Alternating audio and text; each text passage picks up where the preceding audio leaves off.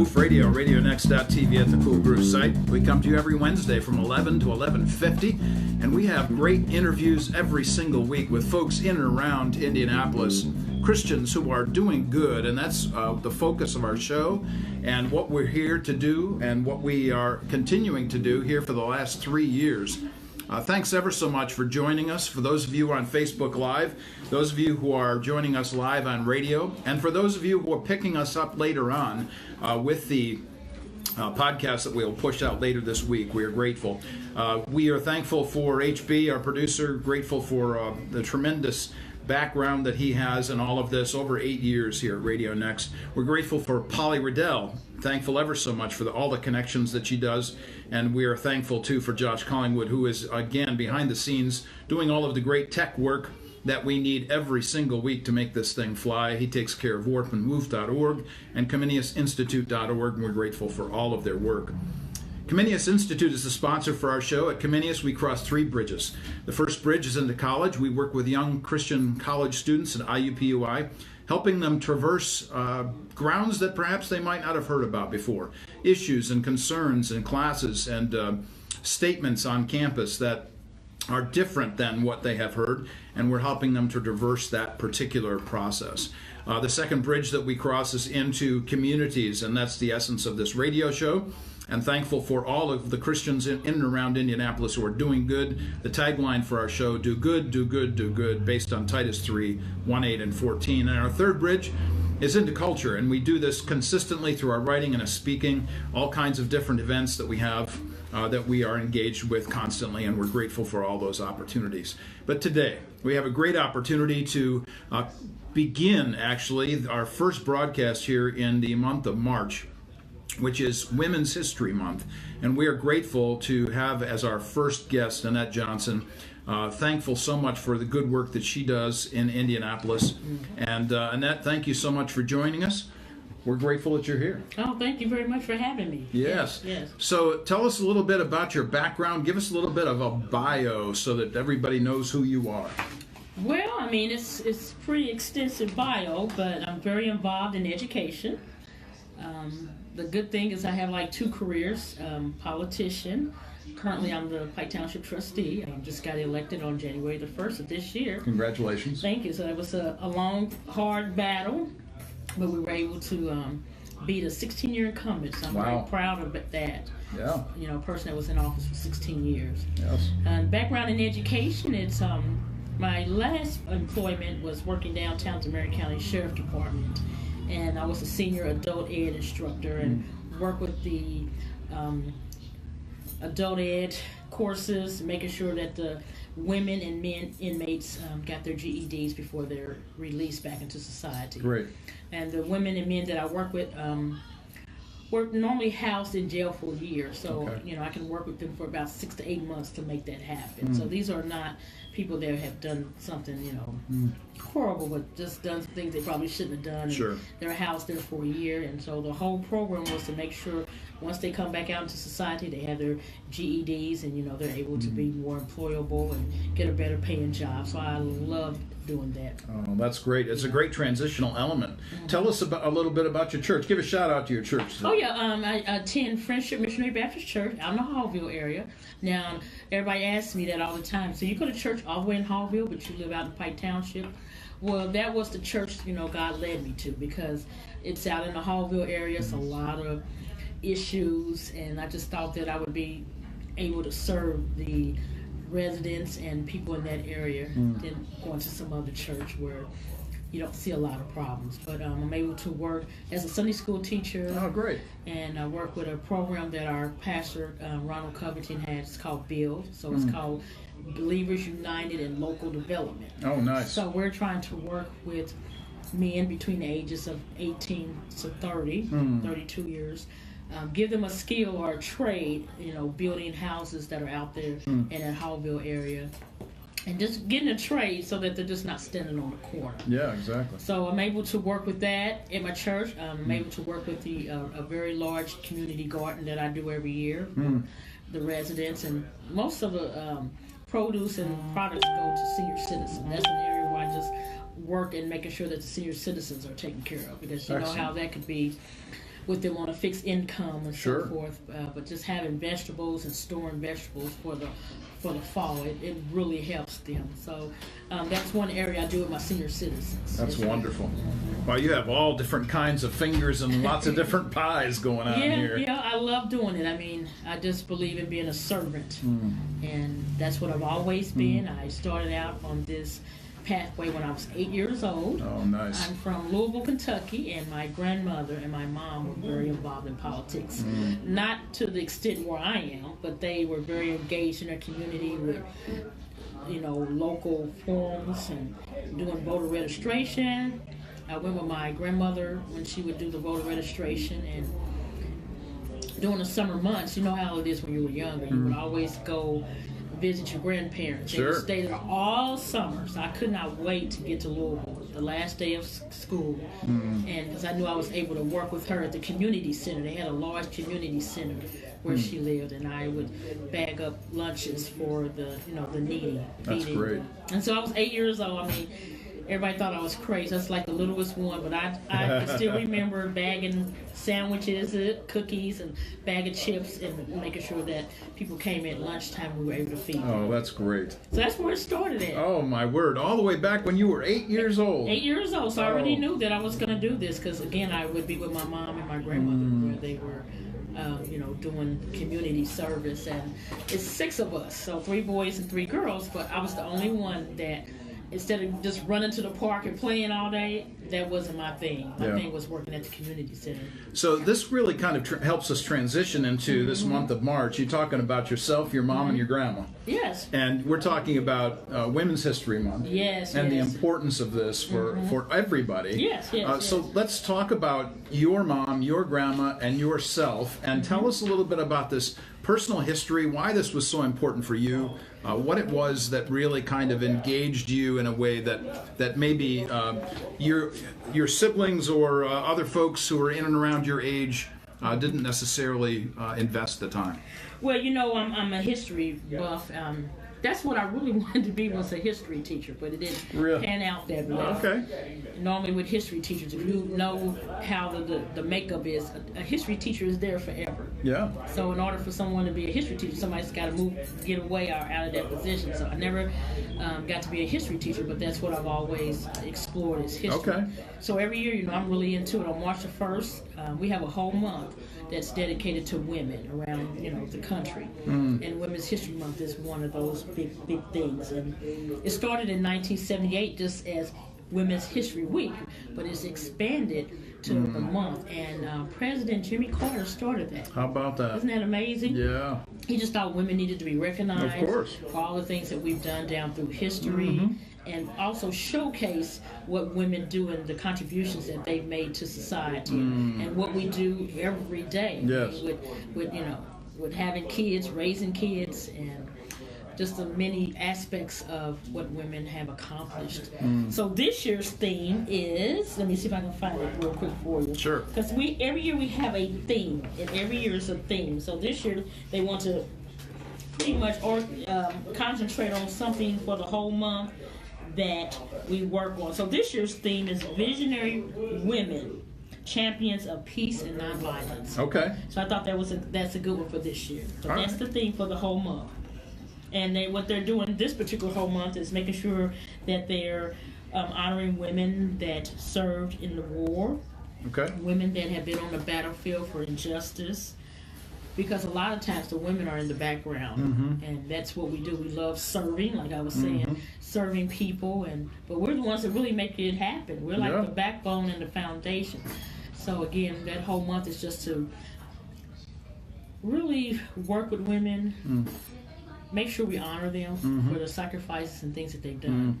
I think of so many great and strong women throughout history. Yes. I just, for whatever reason, she pops into my mind at the moment is Condoleezza Rice and the importance of her contribution to the United States and the long-standing relationship she had in politics. Oh, yeah. I mean, I was able to meet her, here in Indianapolis about 6 years ago. She was nice. at one of the series speaking events that we had, and just being in a room with her and listening to all the things that she's done. She struck me as a fair woman, and really doing come kind of bridging, because she was very involved with anything dealing with, war. Yes. And so she's a very smart woman. But she's phenomenal. Yes. Phenomenal. Well, it's really very powerful and important. This is the month that we're celebrating women's history. If you're just joining us, and the emphasis, of course, is from a Christian vantage point, how are we thinking differently about things than other people might think? So let's approach this from a biblical Christian theological perspective and ask ourselves the question, from your vantage point, as you approach this, maybe you're teaching Sunday school, maybe you're just talking generally to your friends in the church. Yes. What is it that you would say to them is important from a biblical point of view that you would give some kind of foundation stone from Scripture or from examples of women in the Bible that are important to you? Well, I think, it starts off with Adam and Eve, of course. God created Adam, and of course, he needed a helpmate. That's how I look at it. So to me, just at the beginning of time, we were right there on the scene. And so to me, that's like fascinating too. I mean, God probably could have created whatever he wanted to create, but for him to do man and then woman, and for us to come, right from under the man, I think that's fascinating right there. In my Sunday school class, I have ages 13 to 17, so that's a very crucial age. Yes, it is. A lot of impressionable things can happen between those age. And what I teach the young women in my class, young girls, is about being very conscious of their bodies, being very conscious of things that they do, because as they're moving through high school and going on to college, I try to plant those seeds that they want to be the best that they can, and be very positive about the things that God has done in their lives, and really get them to the point of having a type of faith, because that's one of the things with me. I'm more about faith and believing, and I think if you can get that concrete foundation, it takes you a long way with your Christianity. Sure, yes. The emphasis, of course, here in Women's History Month, and the importance of history and the importance of all who have come before us in this regard is huge. I'm thinking about 2 Timothy chapter 1, where it talks about Timothy and the importance that his mom and his grandma made in his life. Yes. And this kind of thing is important for men too. So say a word or two about the importance of women as they support and or lead men in that sense of things. Well, the good thing about that is my mom is an evangelist. Okay. So the church that she's in, she's able to be in the pulpit. A lot of churches don't believe in women being leaders of that nature in the religious deal, but she's able to be an evangelist, and she's leading that church every Sunday, whether it be men, women, kids, whatever.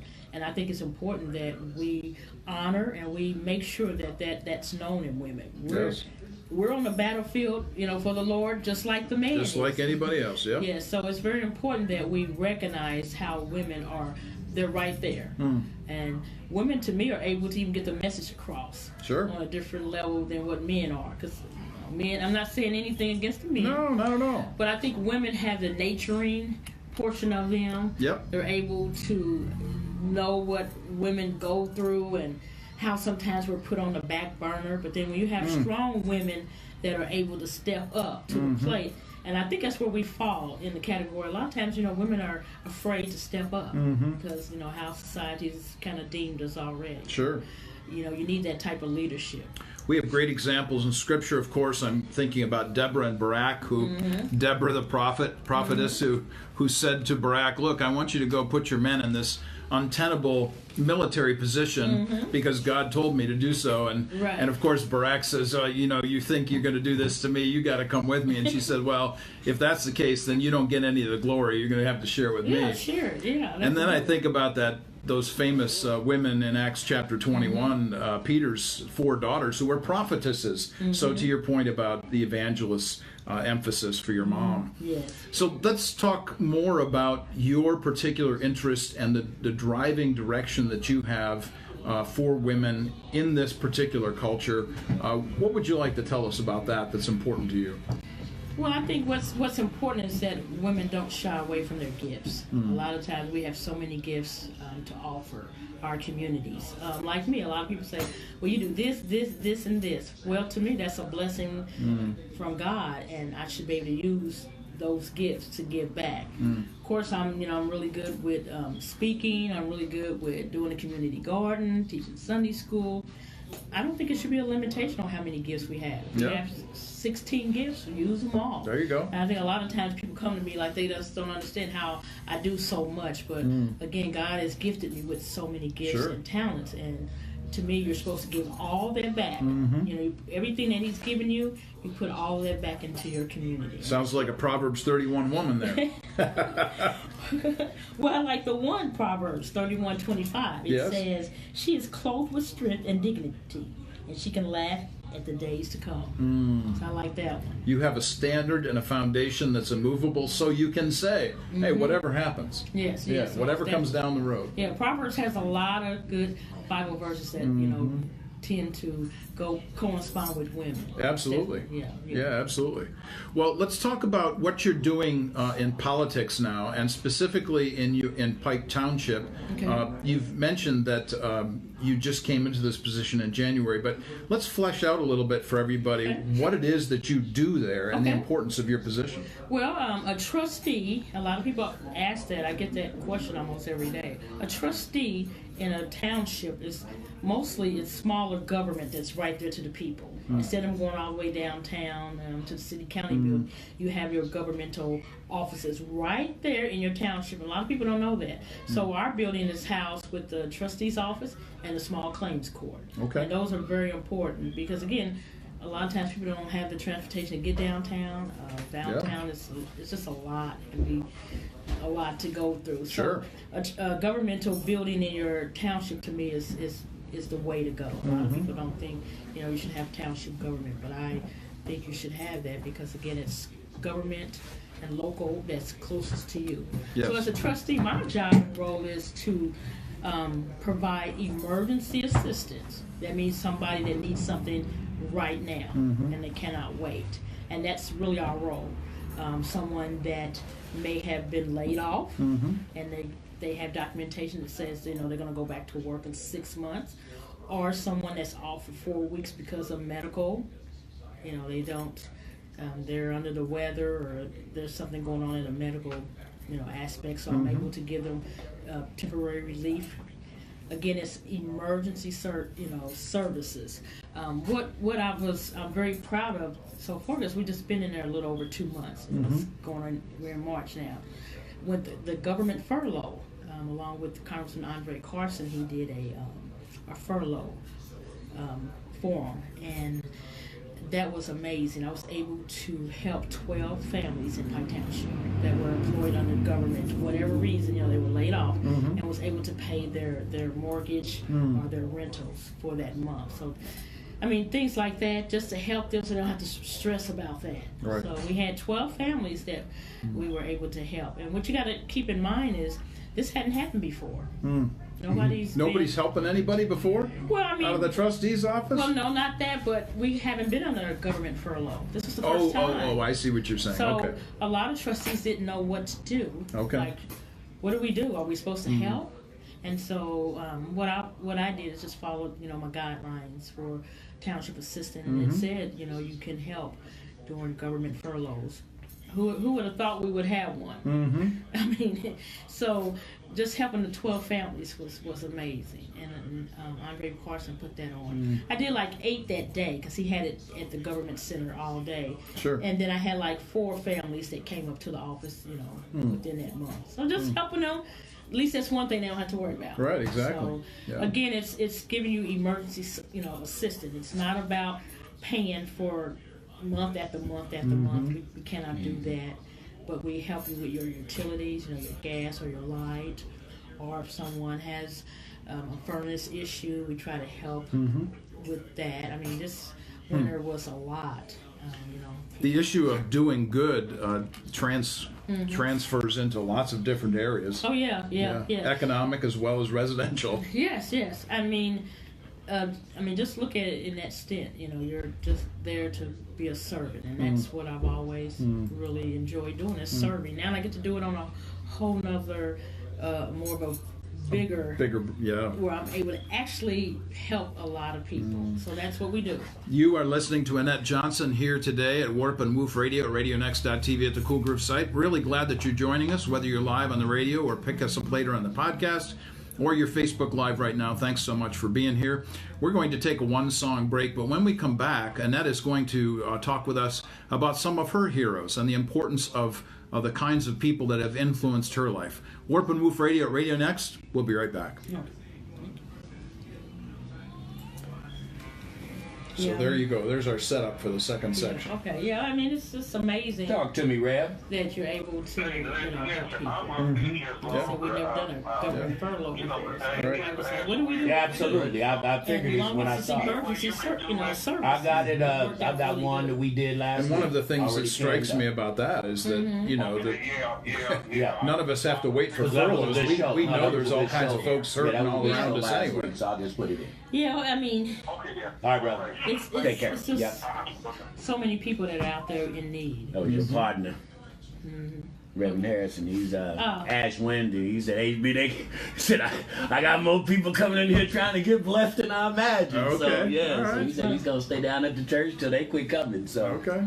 I got a show that we had from last week, really good show that we did. So, we just put it in there. Great. For those of you listening, this is Reverend Harrison. He's one of the great individual leaders of our community, Indianapolis. He's the head of the 10-Point Coalition. And quite frankly, it's not just Indianapolis. For the last few years, he's been involved in all kinds of cities. Cincinnati, Cleveland, Fort Wayne, Louisville. Literally, he's all over the map. I think he went out to Boston. Many folks are being blessed by his life, and we're grateful for the good work that 10-Point Coalition actually does for us in Indianapolis. Thankful for all of those good folks. And as Annette and I have been talking about here, the key, of course, to all of this, from a Christian vantage point, is that the reason why we do good is that good has been done to us. Jesus died on the cross for our sin, rose again from the dead, lives for us today. That's the basis for the goodness that we believe in this life. So, heroes next. Heroes. Yeah. I'm sure you could have one or two. Oh, so or 10 or 12. So many. So many that I think about. Of course, Rosa Parks. Yeah. And Dr. King's wife, Coretta. To me, she's an example of women. She was always in the background, but she was a very important figure with civil rights.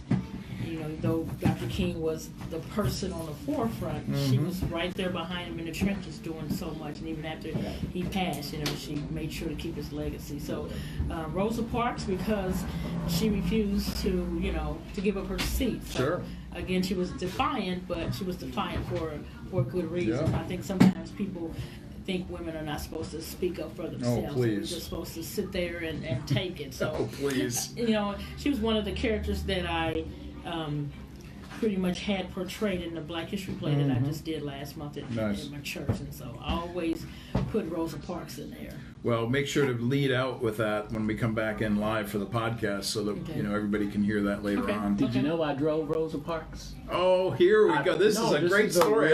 You told me the story. Before Julia passed, the day after she was given the National Congressional of Honor, she came here the very next day. Yeah. And I got a call from Julia's office, and she says, "Belle, I need you." Wow. And we had Rosa Parks. She was brittle and fragile, man. And this was maybe about a year before she passed. And when I opened the door, I was so giddy. I didn't know what to do. I've been throwing Luther at everybody. But when she opened the door, when I opened the door for her, she grabbed my hand and I says, "Ma'am, thank you so much for what you've done." And she whispered, "No, thank you for doing what you're doing." Man, I was like a dude in San Francisco, boy, messed up, I'm dead serious. I was jacked up. I said, but that out of all of those years of doing that limo thing, that's highlights. And you've had some stories. You've told me some stories. That's one of my favorites. That's the one there. Yeah. Well, that's a good one, boy. Yeah, I got a picture with it. Oh, did you? That's He great. was with a living legend. Yeah, yeah. We were down at the Circle that night. You remember? Yeah, that was a good one. Open it up. And we are back, Warp and Woof Radio, RadioNext.tv at the Cool Groove site. We come to you every Wednesday from 11 to 11:50. Glad to introduce you to folks in and around Indianapolis who are doing good, Christians who are making a difference in their communities. And today, we are just thrilled to be blessed to have in our presence here today Annette Johnson, a trustee from Pike Township. And Annette, in our first segment here today, we talked about some of the biblical background to why we celebrate women. We talked a little bit about your biography, what you do as a trustee. Mm-hmm. And it would be really good, I think, for everybody listening to be encouraged by what you have to say now about the heroes that you think about in your life, women who have made a difference in you, and you look up to them, esteem them, whether they be gone in history or whether they still are with us presently. Mm-hmm. Tell us about some of those folks. Well, one that comes to mind, of course, is Rosa Parks. I think about her because, people say, well, she was defiant, and I don't think of it as being defiant. I think of it as her actually standing up and doing something that was good. And so I make it a point to always include her in the Black History Play that I do every year at my church. I try to have different segments of music, history, and men and women. But I mean, Rosa Parks, to me, that was a lot on her to be under the the limelight of actually standing up and doing it the way that she did it. Of course, Coretta Scott King comes to my mind. I love her. I just look at her as the backbone of, Dr. King. A lot of times that's where women are, but we do a lot, behind the scenes, and a lot of times we don't get the credit. But again, I look at it's not all about the credit. Just do what you do your good works, and know who you're doing it for and why you're doing it. That's more important. And then I even think about Michelle Obama, our former First Lady. It's just so elegant and gracefully, how she acted in the White House for the 8 years that her and President Obama were there, and just listen to her story. She didn't come from a lot. She had a mom and a dad that worked hard, and they instilled in her a foundation of going to school and being the best that you could be, and whatever you want it to be. Makes me think about my life. Wasn't always wonderful.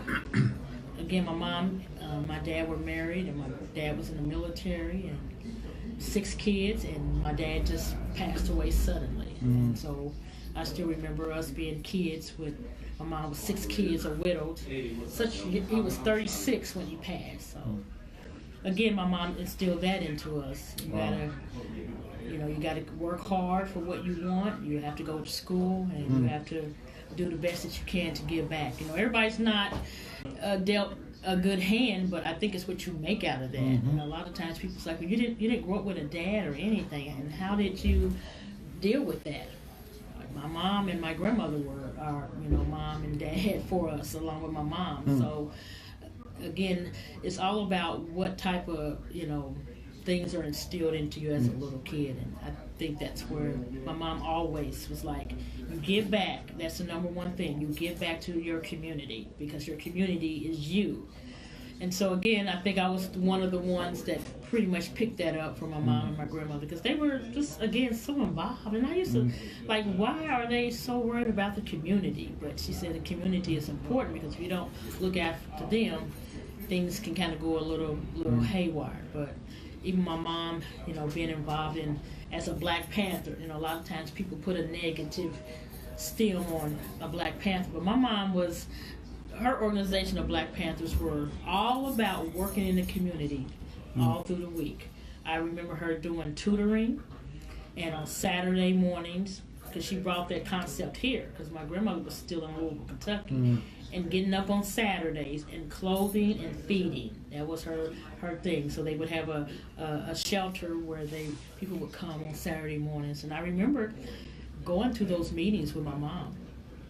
I remember because I had to be little, because when you're sitting on a church bench, my legs did not hit the floor. Oh, that's right. Yeah. So I said I had to be pretty small, because I can still remember just my little legs dangling. But I was so intrigued with what they were doing as all about religion and giving back, because at the end of the day, like I was telling you earlier, that's what I kind of instill in the young girls. You got to have some type of faith, because if you don't have any faith of what you believe in, how can you prosper? So to me, that's what I think about Michelle in that aspect. And I got her book too for Christmas. So okay. I love her book. All right. As well. That's good. Well, when we think about the issue of heroes and heroines, folks that have kind of set up for us maybe a standard to live by, what are some of the characteristics that you think, from your vantage point, are really important? You're talking about young women, the young women that you teach.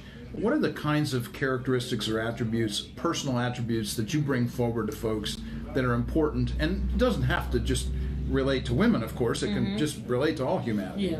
Well, you know what? That's a good question, because I teach a character ed course. Oh, really? Center for Leadership Development. Oh, my. So, I have every semester we have 13 weeks classes that we teach, and it's for sophomore, juniors, and seniors. So we're getting them ready for college, because that group of kids have made plans to go to college, and it's all about honesty, because I tell them all the time, your character says a lot about you. Are you honest? Do you have a loving relationship with your parents?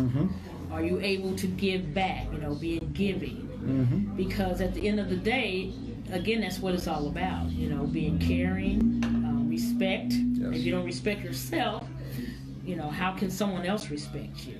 So it's all about, we talk about being respectful, being honest, caring, and giving. Because at the end of the day, they're the future, and you want them to be able to give back to community. Even with that 13-week course, we have 1 week where they have to do volunteerism somewhere, and they come back and share what they did, how it made them feel. Because again, we're trying to get them set up. It's not about just going to college, making $100,000 a year, and you're not giving anything back to your community. You're supposed to be giving back as well along that pathway.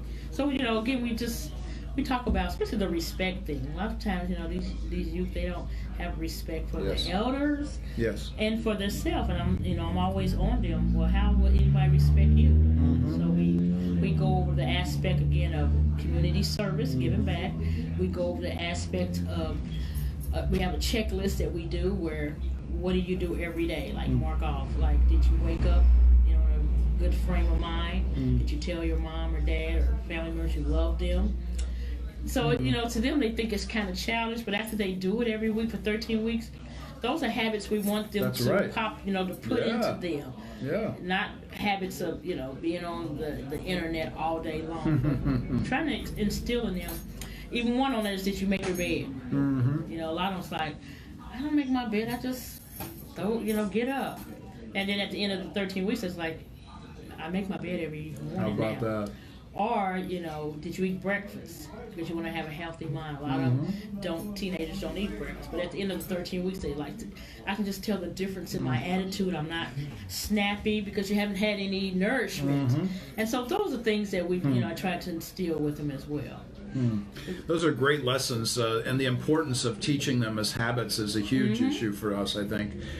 Those of us who are older, some of us, think that habits are pretty important, and we do this. Yeah. My wife's a second grade teacher, so she's always doing the please and thank you with her kids, and I'll tell you, if they don't, and if I'm half a second late, boy, look out. Looking over at you. When is that thank you going to come in there? Yes.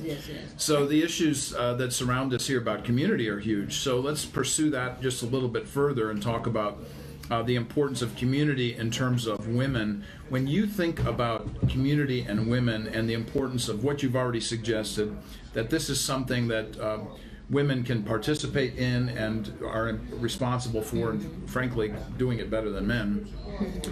When you think about the issues of community, what are some of the examples that you see around Indianapolis, outside of the work that you do, other people that are invested in community action, doing good things around the community, maybe examples from churches, that kind of thing? Well, of course, women are very involved with clothing. Okay. Clothing the homeless. I know at our church we do that, and we also have a ministry where we feed the homeless. So we go downtown and find different areas of camps, of homeless camps, and make sure we provide socks and blankets. Again, women are, we have that nurturing, caring aspect for us, and so going downtown and clothing and feeding them. I mean, you would think just offering socks and gloves, it's not much, but it is a lot. I like the idea that we also visit local, retirement homes or nursing homes in our area, where we go there and offer a lot of assistance as far as just playing bingo. You'd be surprised. I mean, I've done that the last couple of weeks. Went and played bingo. It was really cool because the young lady I call her young, that I had that was helping her, she won 2 times. Oh, my. And so, everybody's getting a little upset. It was like, oh, my goodness.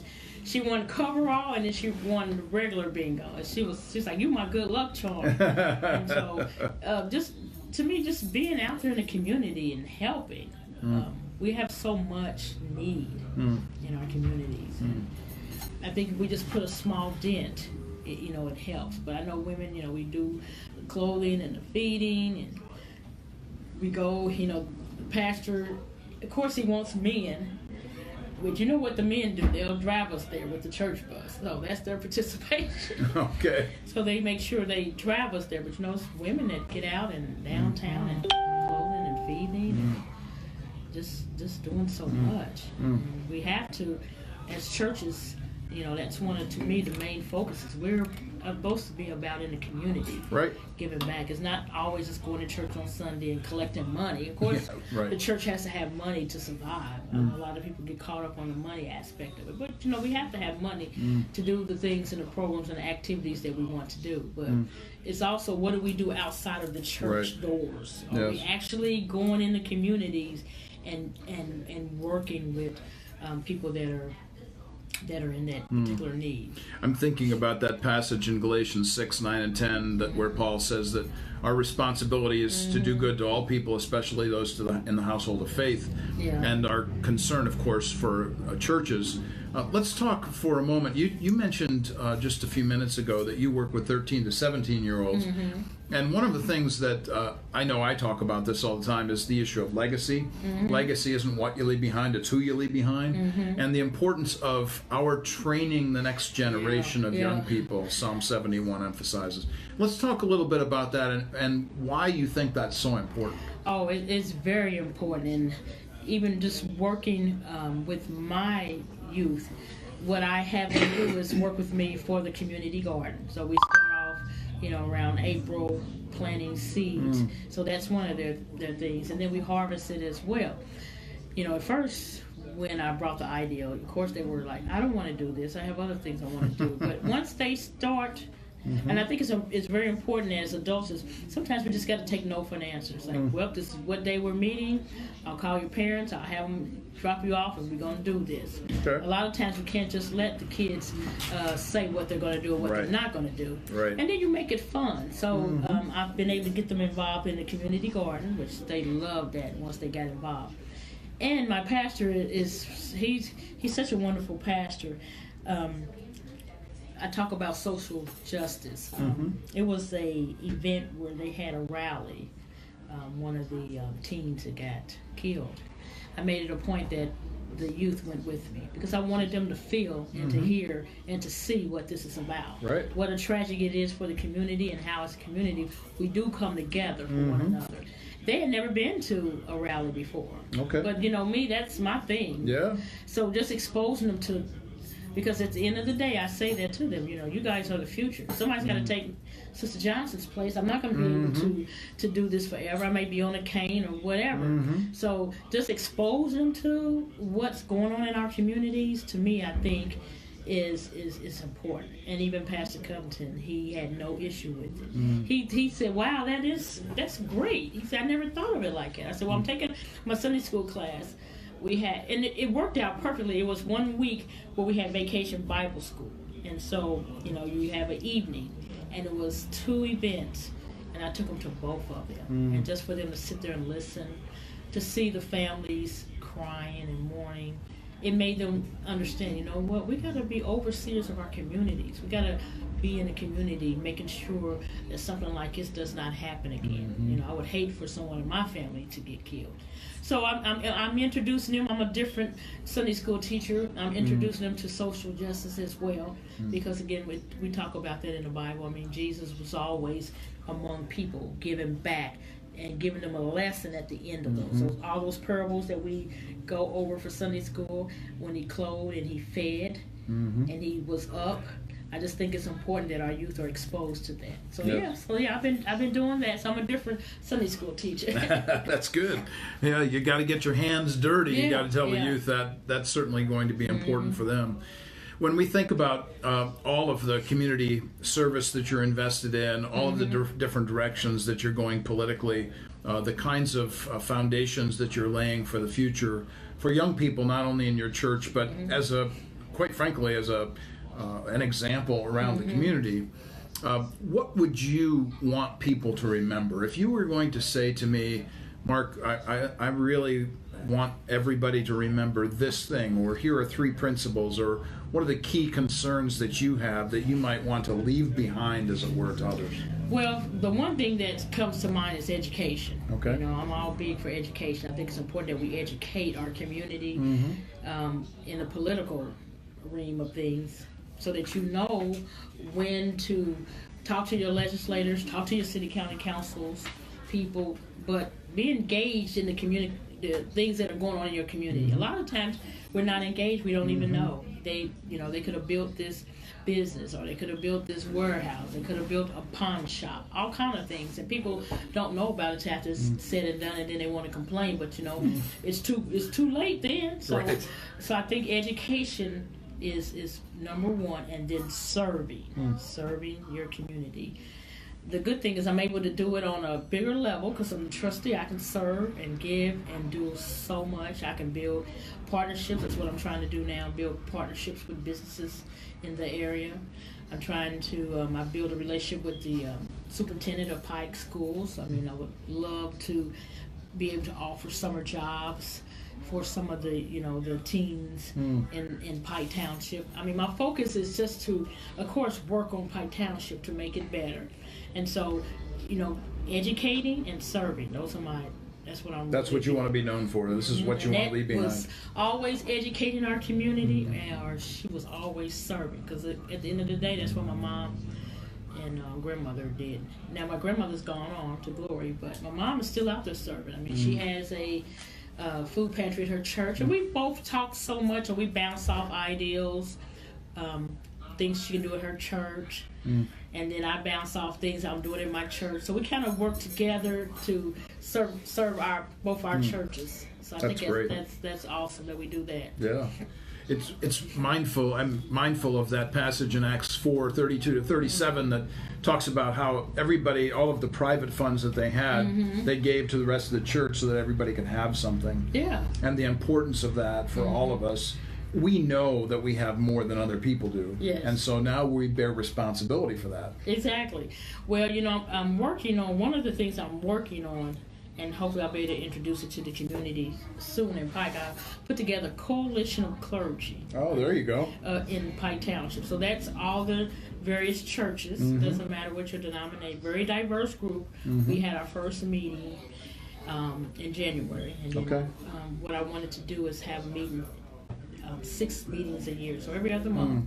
So our next meeting is coming up this month in March 28th. Nice. And what I'm doing is hosting it at various churches, and just bringing people together, because I need to find out what type of services do you offer, so that when I have someone that comes up to the trustee's office, I'm able to say, well, today you came up for assistance. Well, today is Wednesday. This particular church has a food pantry for you. So once you leave here, you can go to the church and get you some food. Because everybody does it on different days. So that's what we're working on. What the church's services they offer as far as school, preschool, daycare for our residents. If people are listening here today, either live or with the broadcast later on, the podcast, boy, that's just such an important idea that needs to be generated more and more. If you're invested like Annette Johnson is in her community as a trustee, as a leader, And you're bringing together a coalition of clergy that will say, you know, this is what we offer then, and this is how we can help there. Wow, that's just tremendous. Yeah, that was one of the things I wanted to do. I mean, I knew that was number one on my list. But I wanted the clergy to come together, and I wanted clergy to know who they are. Yeah. You know, you have churches within one or two blocks, and they don't even know each other. They know Reverend such and such is there because they see the name on the front of the building. But actually meeting, and we have a new pastor, Bethel AME. Remember, was downtown historic church. Yes. They moved in Pike Township. Oh. So I was excited when I knew they were going to move in Pike. I was so happy that they liked Pike and wanted to move there. And their new pastor, he's been there, 8 months now. And Pastor Carlos Perkins. And just think, we hosted the first meeting at his church. I did that on purpose. Oh, nice, you know, nice. Because again, he's new. Yeah. And that's the oldest. Yeah. So why not have everybody come? Yeah. And we had about 16 people show up. Good. We had like 2 community centers that are in Pike, because that's important too. They offer GED classes. Again, that's big. They offer a lot of job fairs. So I wanted the community centers to be involved too and bring information. So the whole idea behind the Coalition of the Clergy is for people to come together and share what they do. So you, as a trustee, you're really a connector of people. Yes, it's exactly. Okay. Yes, I'm excited about that. But I mean, it was a wonderful meeting. It was our first one, and again, it was at Pastor Perkins' church. Nobody knew him. They didn't even know. They Bethel has moved in Pike Township. Oh, so how wonderful was that for them to meet him? And he loved it because he was able to meet everybody. And I've been to a couple of his services, and that's how I got to know him. Because what I tried to do is go to different churches in Pike Township, and they have events, and I go, and that's where you build a relationship. Yeah. So this month's meeting will be at Pastor Terry Webster's church. So he's hosting us this month, New Corinthians. So I'm so excited to see how that one's going to go. Nice. And me and Pastor Webster have really built a good relationship. I worked really hard on his campaign for school board, and he won. Okay. So I was able to get 2 people on the school board in Pike. So That's great. So I'm just trying to bring people. I mean, it's all about bringing like-minded people with you, because that's who's going to make a difference. Yeah. I think. Not people that are just sitting on a board, sitting in the spot, doing nothing. But you want like-minded people that are out there working and doing what you do. And I think that's how you build your community and how it can really prosper. We need less talking heads and more walking hearts. How's that sound? Just out there, working the word. Yeah, that's it. So that's great. That's one thing I've done so far. You've been listening to Warp and Woof Radio at RadioNext.tv at the Cool Group site. You've had a great opportunity today to hear from one of the great ladies here in Indianapolis, Annette Johnson, who's a trustee at Pike Township. Thankful so much for her life and for the good things that she does in and around Indianapolis. All of the great ideas that you've heard today from her about the connections that she can make and the kinds of things then that you can do, just appropriating these kinds of ideas. Annette, thanks again for being here with us today. Oh, thank you. Thank you so much. Yeah. And again, you're listening to Warp and Woof Radio, and we come to you every Wednesday from 11 to 11:50, and we're sponsored by the Comenius Institute. Check us out at warpandwoof.org. That's WARPANDWOOF.org, and ComeniusInstitute.org, and see what we're doing in and around the community. Thankful again for HB for being behind the scenes, for Josh Collingwood, who will take care of our tech, and then, of course, for Polly Riddell, who was our Chief Connections Officer. Thanks for joining us today. We'll see you again next week. Thank you. Thank you.